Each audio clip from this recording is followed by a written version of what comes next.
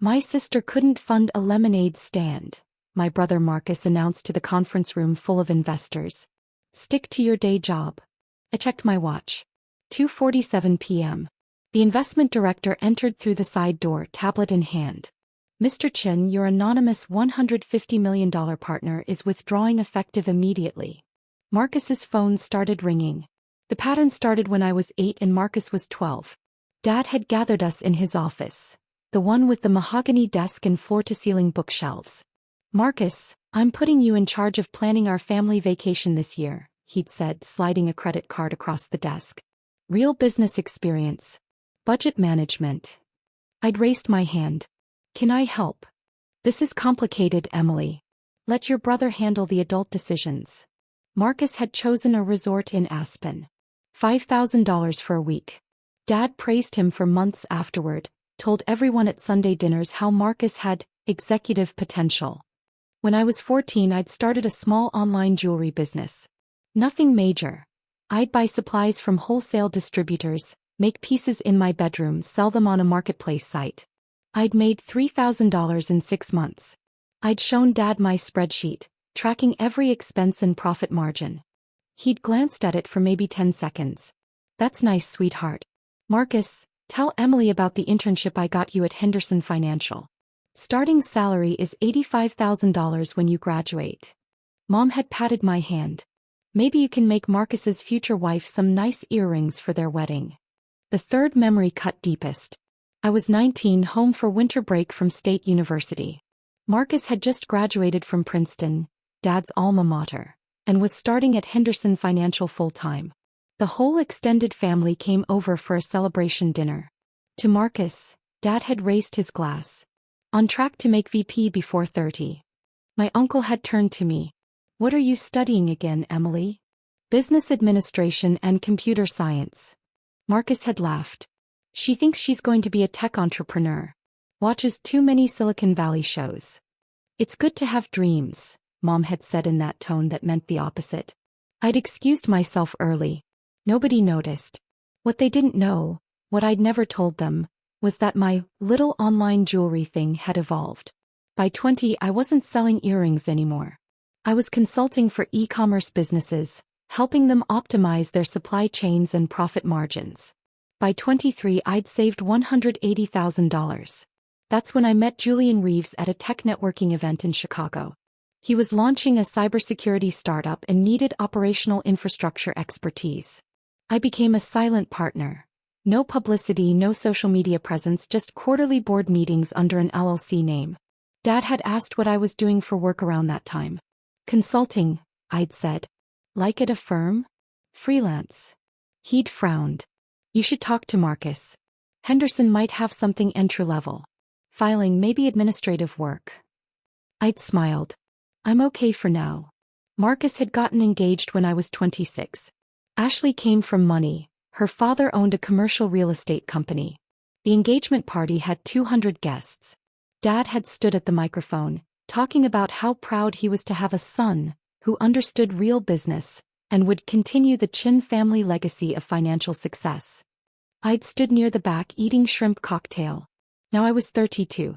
Julian's company, our company, had been acquired by a Fortune 100 tech firm 3 years ago for $340 million.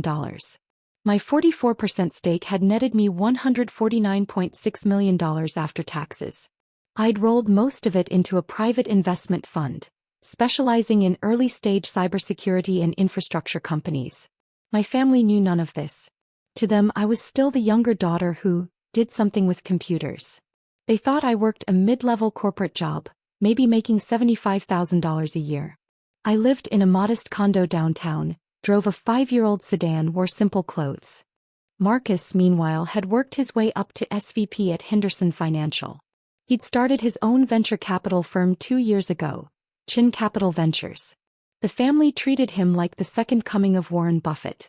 What Marcus definitely didn't know was that his anonymous $150 million anchor investor, the one who'd made CCV possible, the one whose capital backed 81% of his fund's deals, was me. The text came Tuesday morning at 6:43 a.m. Marcus, family meeting. Dad's office. Saturday 2 p.m. Investor presentation. Professional dress. Me, what's this about? Marcus, big announcement. Be there. I'd arrived at Dad's house Saturday at 1:55 p.m. The driveway was full. Mom's Mercedes, Dad's Lexus, Marcus's Tesla, Ashley's Range Rover, Uncle Tom's BMW. Inside, Dad's office had been transformed into a makeshift conference room. 15 people sat in rented chairs facing a projection screen. I recognized several faces from Marcus's social media. Investors, probably. Dad sat in front, beaming. Mom stood by the refreshments table, playing hostess. Marcus stood by the screen, clicker in hand, wearing a navy Tom Ford suit. Nobody had told me this was an investor pitch. I was wearing black pants and a simple blouse. Professional but not board meeting professional. Emily. Mom's voice had that edge. You're late. It's 1:58. We started networking at 1:30. Marcus, go ahead and begin. I'd taken the last seat in the back row. Marcus clicked to his first slide. Chin Capital Ventures, Q3 Growth Strategy. Thank you all for coming, he'd started. Today I'm presenting CCV's expansion plan. With our current $150 million in managed capital, we're positioned to dominate the emerging tech investment space in the Midwest. Dad had nodded approvingly. Uncle Tom whispered something to the man next to him. Marcus clicked through slides showing portfolio companies, projected returns, market analysis. It was competent work. Not brilliant but solid. As many of you know, Marcus continued, CCV's success is built on the Chin family's three-generation legacy of financial excellence. My father started with nothing and built a fortune through Henderson Financial. I'm following that path. He clicked to a new slide. Family values equals business values. Smart capital allocation runs in our blood. Some people have it. Some don't. His eyes flicked to me for half a second. You can't teach business instinct. A few investors nodded. That's why I'm confident in announcing CCV's Series B internal funding round. We're raising an additional $50 million from qualified family investors and their networks. This is your opportunity to join a proven winner. Dad was practically glowing. Marcus took questions. Someone asked about risk management. Someone else asked about exit strategies. He handled them well enough. Then Gerald Morrison, I recognized him from LinkedIn, senior partner at Morrison & Associates, raised his hand. Marcus, I've reviewed your portfolio. Strong picks. But I notice 81% of your deals are backed by a single anonymous LP. That's significant concentration risk. What happens if that partner withdraws? Marcus hadn't missed a beat. That investor has full confidence in CCV's direction. We have an ironclad 5-year commitment. No withdrawal risk. My phone was in my bag. I knew exactly what that commitment document said. Either party could withdraw with 30 days written notice. Gerald had persisted. But hypothetically. Not a concern, Marcus cut him off. Next question. Another investor asked about competitive advantages. Marcus smiled. Honestly, comes down to expertise. Understanding markets takes years of experience. My team has that. We don't let amateurs near real capital. Like your sister. Uncle Tom called out. A few people laughed. Exactly, Marcus said. Emily, stand up for a second. I stayed seated. Come on, don't be shy. This is educational. I stood slowly, keeping my expression neutral. My sister works in IT. Tech support, data entry, that kind of thing. She's mentioned wanting to invest before. He made air quotes. But this, he gestured to the screen, this is adult business. This requires sophistication. My sister couldn't fund a lemonade stand, he told the room. Stick to your day job. A few more chuckles. Dad was smiling. Ashley whispered something to Mom. I checked my watch. 2:47 p.m. I sat back down and pulled out my phone. 3 taps opened my secure investment app. Another 5 taps navigated to CCV's LP agreement. I selected Request Withdrawal, 30-day notice, and confirmed. The side door opened. David Chin, no relation, different spelling, walked in. He was the investment director at Reichman Private Advisors, the firm that managed my fund's legal and administrative operations. Marcus stopped mid-sentence. Can I help you? David walked directly to Marcus, tablet extended. Mr. Chin, your anonymous $150 million partner is withdrawing effective immediately. All committed capital will be returned within 30 days per your LP Agreement Clause 7.2. The room went completely silent. Marcus's phone started ringing. What Marcus didn't know, what I'd deliberately kept hidden for 7 years, was that I hadn't just gotten lucky with one company. After the Reeves Security acquisition, I'd spent 6 months thinking about what I actually wanted. Not what Dad wanted. Not what would impress Marcus. What I wanted. The answer was simple: I wanted to build things. I wanted to find brilliant people with brilliant ideas and help them succeed. So I'd started my investment fund with $120 million of my own capital. I'd named it Clearview Capital Partners. Deliberately boring, deliberately unmemorable. I'd structured it as a private fund with minimal public footprint. No website beyond a single holding page. No social media. No press releases. I'd made my first investment 9 months later. $8 million into a female-founded logistics optimization startup. They'd been rejected by 37 other investors. I'd seen their pitch deck and known immediately they'd solve a real problem. They'd sold to Amazon 2 years later for $180 million. My return, $31 million. The second investment was $12 million into a cybersecurity insurance company. Return, $43 million. Third investment, $15 million into a supply chain transparency platform. Return, $67 million. By year 3, Clearview Capital Partners was managing $340 million in assets across 17 portfolio companies. My personal net worth had reached $280 million. By year 5, I'd invested in 43 companies. 31 were still operating. 8 had been acquired. 4 had failed, acceptable ratio. My fund's 5-year return was 438%. I'd joined 3 corporate boards, under my real name, but the companies were all private. I'd been invited to speak at 2 closed-door investment conferences. I'd been profiled in Private Equity Weekly under the headline, The Invisible Hand, How One Midwest Investor is Quietly Dominating Early-Stage Tech. Dad didn't read Private Equity Weekly.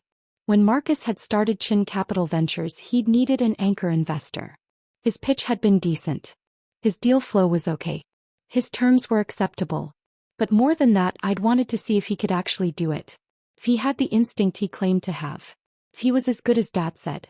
I'd committed $150 million through an LLC structure. Summit Ridge Capital Management LLC. Anonymous, untraceable to me without serious digging. For 2 years it had been fine. Marcus made reasonable investments. Nothing spectacular but solid 7% annual returns. He was cautious, which wasn't bad for a first-time fund manager. Then 6 months ago he'd started getting cocky. He'd passed on 3 deals I'd specifically recommended through anonymous market research reports my team sent to his firm. Good deals. One had already been acquired for 8x returns by another fund. He'd started making increasingly risky bets. He'd invested $4 million in his college roommate's crypto startup against my team's advice. It had lost 91% of its value in 4 months. Last month he told Dad at Sunday dinner that he was tired of being limited by conservative partners and was ready to make real moves. I'd started drafting the withdrawal notice that night. What had stopped me was curiosity. I'd wanted to see what real moves meant. Now, sitting in Dad's office watching David hand Marcus the withdrawal document, I had my answer. Real moves meant humiliating your sister in front of investors to look smart. Marcus stared at the tablet. This is a mistake. It's not, David said calmly. The LP submitted formal withdrawal notice at 2:47 p.m. today. Per your agreement, they have the right to immediate withdrawal with return of all committed capital within 30 days. Who? Marcus's face had lost color. Who is the LP? David glanced at me. I'm not authorized to disclose that without their permission. Marcus's phone kept ringing. He declined the call. It immediately started again. This is ridiculous. Ashley stood up. Marcus, call your lawyer. I am his lawyer, Gerald Morrison said slowly. Marcus, you told me that commitment was ironclad. Marcus looked at the tablet again. There must be some negotiation possible. The LP was quite clear, David said. Immediate withdrawal. Dad stood up. Now let's all calm down. I'm sure this is just a misunderstanding. Marcus, who is this partner? I don't know. They insisted on anonymity. But they've been completely stable for 2 years, there's no reason. His phone rang again. This time he answered. Marcus Chin. He listened. His face went even paler. No wait, can we? He listened more. Monday at 9. Yes. Fine. He hung up. That was Reichman Private Advisors General Counsel. They're scheduling a formal withdrawal meeting for Monday. Reichman? Dad frowned. That's a serious firm. Who do you know there? I don't know anyone there. They're representing the LP. I stood up. David, you have everything you need? Everyone turned to look at me. Yes, Miss Chin, David said. I'll have the complete withdrawal documents ready for your review by Monday at 6 a.m. The room went dead silent. Marcus stared at me. What did he just call you? Miss Chin, David repeated. I'm her investment director. No. Marcus shook his head. That's not possible. I stayed quiet. Emily. Mom's voice was small. What is he talking about? David pulled up a document on his tablet and turned it to face the room. Summit Ridge Capital Management LLC, your $150 million limited partner, is wholly owned by Clearview Capital Partners. Clearview Capital Partners is wholly owned by Emily Chin. Marcus's fork, he'd been eating cheese cubes from the refreshments table earlier, dropped to the floor. That's insane, Ashley said. She works in IT. I'm a consultant, I said quietly. I never said I was in IT. Consultant for who? Dad demanded. For myself. I run Clearview Capital Partners. We manage $340 million in assets across 43 portfolio companies. Uncle Tom laughed. 43, that's ridiculous. David tapped his tablet. I can provide documentation if needed. Ms. Chen's fund has a 5-year return of 438%. She's invested in 17 companies that have subsequently been acquired, including Reeves Security, which sold to Northgate Tech for $340 million in 2022. Ms. Chen's stake in that transaction alone was $149.6 million. Nobody moved. Marcus's face had gone from pale to red. You've been my LP this whole time? For 2 years, yes. Why? I thought you might be good at this. I wanted to support family. Support. His voice cracked. You were spying on me. I was investing in you. There's a difference. Dad stepped forward. Emily, I don't understand. How long have you been doing this? 7 years actively. Longer if you count my consulting work. 7 years, Mom repeated. And you never told us? You never asked. You assumed I had a little job. I let you assume that. Gerald Morrison stood up. Marcus, I need to speak with you privately. This changes the risk profile significantly. 2 other investors stood up as well. One was already on his phone. Marcus grabbed his phone. Emily, we need to talk about this. You can't just. I can, I said. It's in the LP agreement you signed. Clause 7.2. Either party can withdraw with 30 days written notice. But why now? I looked at him directly.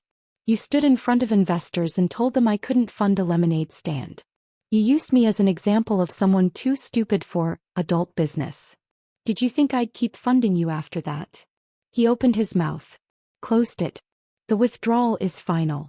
You'll have all committed capital returned within 30 days. After that, Chin Capital Ventures is your responsibility. I can't run the fund without that capital, Marcus said quietly. Then you'll need to find other investors. Or adjust your strategy.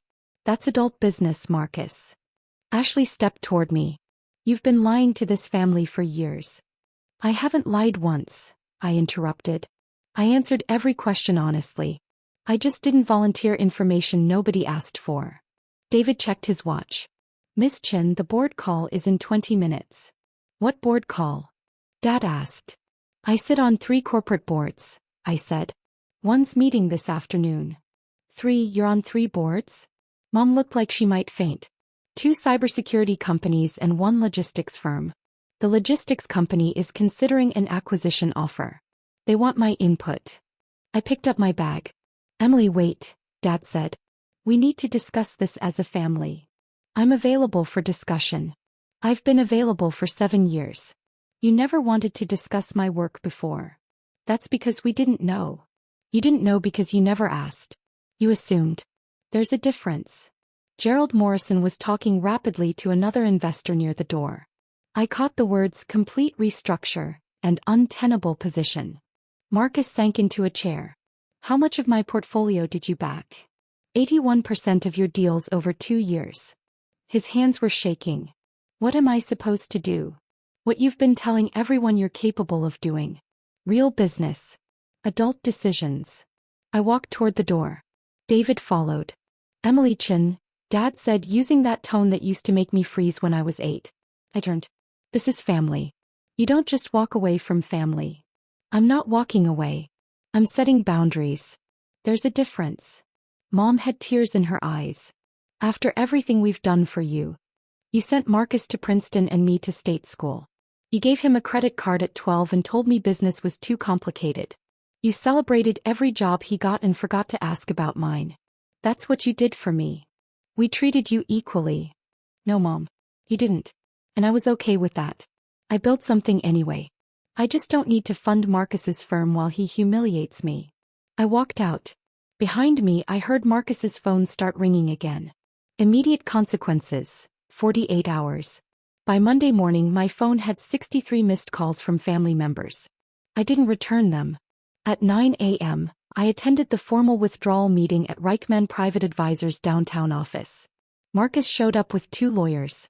The meeting took 17 minutes. All committed capital will be returned by October 15th, David said. That's 28 days from now. We need at least 90 days, one of Marcus's lawyers said. The agreement specifies 30. We're being generous. This will destroy Chen Capital Ventures. That's Mr. Chen's concern, not Ms. Chen's. Marcus had looked at me across the conference table. Emily, please. We can work something out. I'll apologize publicly. I'll make it right. The decision is final. I'm your brother. You're also a fund manager who violated professional respect. If I kept funding you after that, I'd be a bad investor. By Monday afternoon, 3 of Marcus's other investors had withdrawn their commitments. Smaller amounts, $3M, $5 million, $2 million, but enough to matter. Gerald Morrison called me Tuesday morning. Miss Chin, this is highly irregular, but I wanted to reach out directly. I'm representing several investors who are concerned about CCV's viability. That's not my concern anymore. I understand. I also wanted to apologize. The comment I made on Saturday, like your sister, was inappropriate. I didn't know. Nobody did. That was intentional. May I ask why? Because it was easier. If my family knew, every conversation would be about money. This way I could focus on work. And now they know. So I'll deal with that. By Thursday, word had gotten out in the investment community. I started getting LinkedIn messages. Heard you're the silent force behind CCV. Impressive discretion. Would love to discuss potential LP opportunities with Clearview Capital. Did Marcus Chin really not know? That's legendary. Escalating consequences, week 2 to 3. Marcus called on day 12. I answered. I need to close CCV, he said. No greeting. Without your capital and the other LPs who pulled out, I can't meet my fund obligations. What about the Series B you were pitching? Nobody's investing. Word got out about the withdrawal. They think I'm radioactive. I'm sorry that happened. Are you though? I thought about it. I'm sorry your fund is closing. I'm not sorry I withdrew. Dad says I should sue you. For what? Exercising my contractual rights. He was quiet. He's really angry. He says you embarrassed the family. I withdrew capital from an investment that wasn't meeting my standards.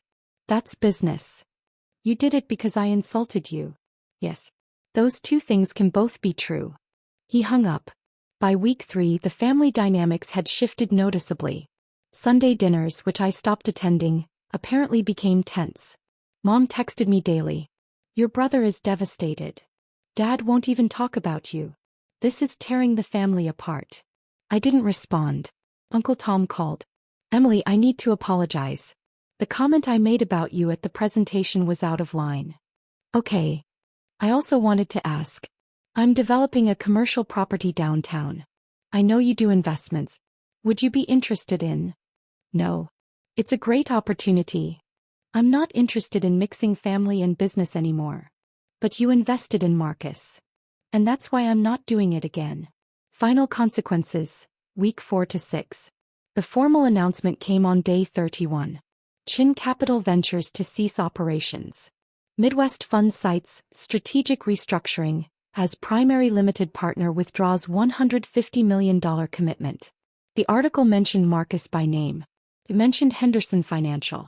It mentioned the Chin family's legacy in finance. It did not mention me. I kept it that way. What did emerge slowly through the investment community grapevine was that Marcus had been over-leveraged on a single LP and failed to maintain professional relationships. 2 headhunters called asking if Marcus could use a reference. I declined. Dad called on day 38. I answered. I need to understand something, he said. When did you become this? Successful. Wealthy. A serious investor. Gradually. Over 7 years. And you never thought to tell me? Would you have believed me? He was quiet. Dad, I showed you my business spreadsheet when I was 14. You looked at it for 10 seconds and changed the subject to Marcus's internship. That was different. It wasn't. I was showing you who I was. You weren't interested. That's not fair. Maybe not. But it's true. Marcus looks up to you, you know. Under all the competition, he admires you. He has an interesting way of showing it. He's young. He made a mistake. He's 36, Dad. That's not young. And publicly humiliating someone who's secretly funding your entire business isn't a mistake. It's a choice. Dad sighed. Your mother wants you to come to Sunday dinner. I don't think that's a good idea. It's family. Family shows up. Family listens. Family doesn't mock you in front of strangers. You want me at dinner? But the dynamic has changed. What does that mean? It means I'm not the daughter who sits in the back anymore. I went to Sunday dinner 6 weeks after the withdrawal. Everyone was there. Marcus, Ashley, Dad, Uncle Tom, Aunt Jennifer. The dining room was quiet when I walked in. Emily, Mom said, "We're so glad you came." I took a seat. Not at the end of the table where I used to sit. In the middle. Marcus was across from me. He looked tired. "How are you?" I asked him. "I've been better. I'm interviewing at Henderson Financial." Dad pulled some strings. "That's good. It's humiliating. But it pays. I'm sorry your fund closed." He met my eyes. "Are you?" "I'm sorry you had to close it." "I'm not sorry I left." He nodded slowly. "That's fair." Dad cleared his throat. "Emily, we've been talking as a family. We'd like to apologize for not seeing you clearly." "Okay. We're proud of what you've built." "Thank you. And we're wondering." He glanced at Mom. "We're wondering if there's a way to move forward. As a family." I set down my water glass. "I have some conditions." "Conditions?" Aunt Jennifer looked confused. "If we're going to be family, really be family, some things need to change." "Like what?" Dad asked.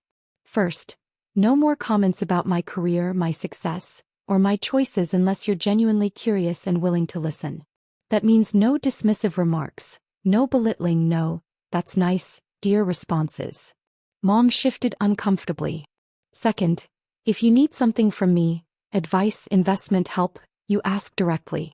No manipulation. No guilt. No assuming I'll say yes because we're family." "That's reasonable," Marcus said quietly. "Third, Marcus and I have a professional boundary now. I won't invest in anything he's involved with. That's not punishment. It's protection. For both of us." He nodded. "Fourth, I'm not discussing my net worth, my portfolio, or my investment strategy at family dinners. If you're curious about my work, we can have coffee separately. But Sunday dinners are for family, not business." "Agreed," Dad said. "And fifth, the golden child thing stops. Completely. Marcus is talented. I'm talented. We're different. Both things can be true." The room was silent. "I can work with that," Marcus said. Mom was crying.